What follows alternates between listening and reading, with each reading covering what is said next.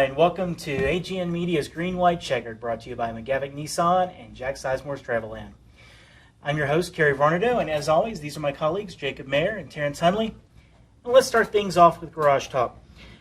Terrence, the chase is underway, and we started with 13 drivers. Tell us about it. It was more, Jeff Gordon's been added to the chase, has a strong weekend even to go along with it. But in my opinion, it was more of NASCAR kind of covering themselves after an interesting scenario with the Newman, everything else, because they were able to put Newman in, who was affected by the incident they penalized, but Gordon, who was also knocked out of the chase for the same very reason. They determined the best way to do it was just to put him in and just say, whoops, we kind of made a mistake, as opposed to sticking to the rule book and saying 12 drivers should be in. I don't know if I agree with it or not, but like it or not, Jeff Gordon's in. Yeah, I was going to ask, you said that they thought this would be the best way to go. Do you think this is? How come? Because anytime you just basically make up rules as you go along, adding an extra driver to a playoff picture. I mean, think about if baseball did that, for instance, if there's all of a sudden someone get knocked out for a bad call by an umpire or something, and they end up not making into the playoff picture, and they add an extra team. I mean, you lose credibility when you do something like that. Very true, but with baseball, you have a very clear rule book. I think we've established NASCAR's rules surrounding the Boyer spin were probably a little vague to begin with. Do we think with some of the rule changes, maybe things will be a little clearer moving forward? That's the question. The most interesting part about the rule changes is they pretty much made a rule stating you have to race at 100% of the time, which in any sport, if you have to make that rule, don't know how well your sport's doing at that point. Yeah, it's a tough situation, and sure, NASCAR may not have handled this like everybody would have wanted. They're never going to make any decision that's going to make everybody happy. But the problem still lies in it was the competitor's fault to begin with. If Michael Waltrip Racing doesn't have Clint Boyer spin out, and if Joey Logano and David Gilliland's teams don't work together to try and help him make the chase, we wouldn't have this problem. If they would have just raced like all the fans would like to see them run as hard as possible, try and get the win, we would have never had a problem in the first place. Adding a 13th driver, though, that is tough because this is big boy racing. We don't have to give everybody a prize. And Jeff Gordon, he was upset for a couple of days after that, but he got over it. He understood. Well, we lost out on that deal, and he was prepared to move on. I'm sure Ryan Newman was going to be as well. So even if they had not made any rule changes, I think it still would not have been great because Michael Waltrip Racing still manipulated the finish, but they would have saved themselves a lot of fallout if they hadn't gone ahead and messed with this situation. So if Gordon or Newman somehow win the chase this year, do we have NASCAR's first asterisk? No, because some people would still like to put asterisks on the fact that there's even a chase to begin with, but that's going back to the purist argument. But on rule changes, back on that note for a second, what do you think about the new restart rule? Well, it's kind of an interesting rule. In the past, once they went to the double file restarts a few years ago, the second place driver could not beat the leader to the finish line. Now NASCAR has abolished that part of the rule after we've seen a few times where guys have beaten the leader of the line and don't get penalized. So hopefully that takes a little inconsistency out of that rule. And where do you think the chase picture, what have we learned from Chicago at this point moving forward? Well, I don't think we've really learned too much because after the really long rain delay, a lot of cars had engine problems after sitting around for about 5 hours. So I think a lot of mechanical failures came into play, and I don't think that's a terribly good judge of what we're going to see moving forward.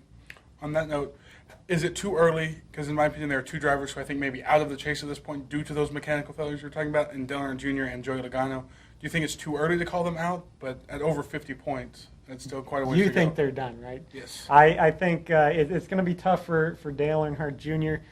He hasn't won any races now we're getting close to another year and a half.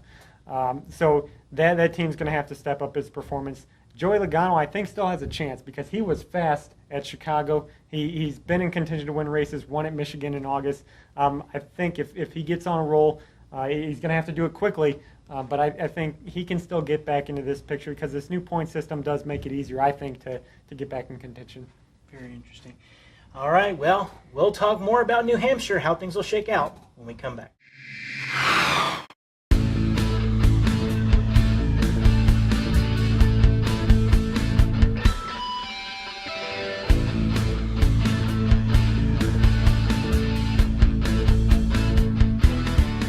Welcome back. It's time for Pace Laps, brought to you by Route 66 Motor Speedway. Jacob, we're headed to New Hampshire, race 2 in the chase. Who's looking strong, and what can we expect? Well, back to New Hampshire, second time this season.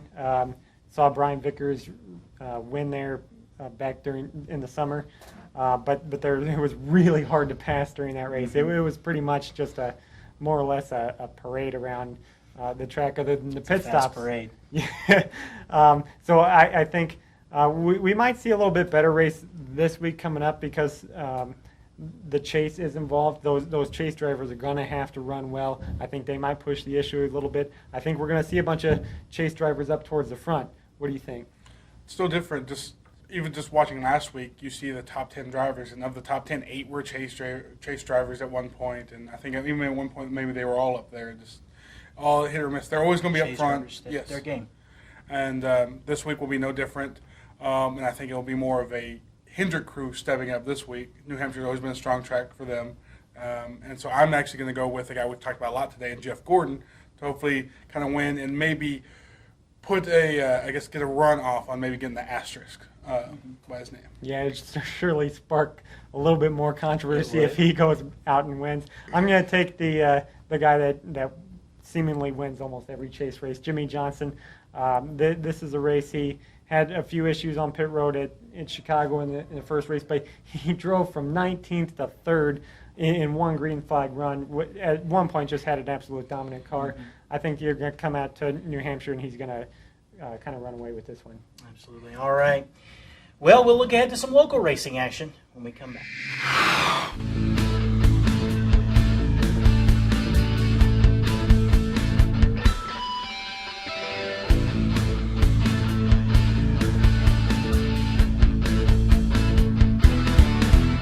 Welcome back. It's time for Getting Our Kicks, brought to you by Budweiser.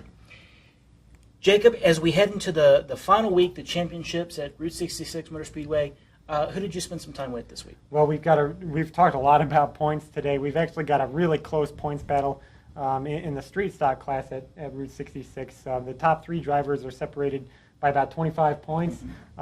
Third place in that battle is Nick Stewart, 27-year-old driver from here in Amarillo, and spoke to him about what it's like to be in a points battle like that.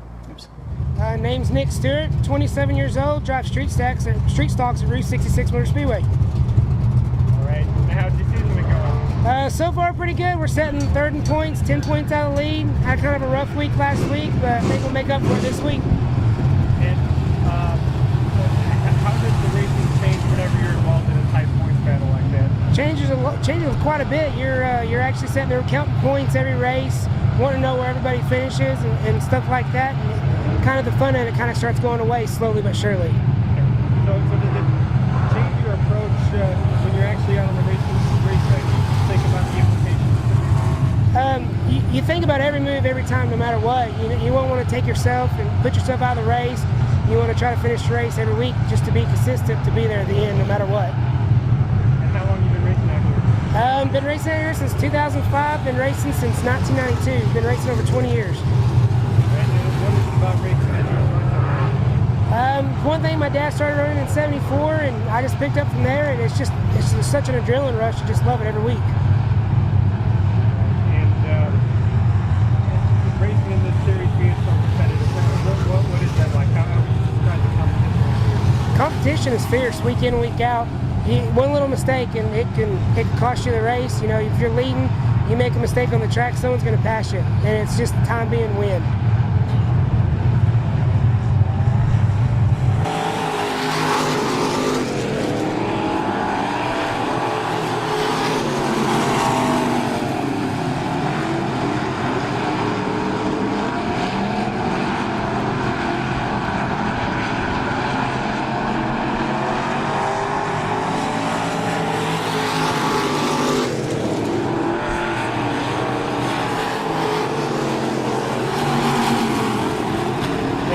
support, Jacob. Appreciate that.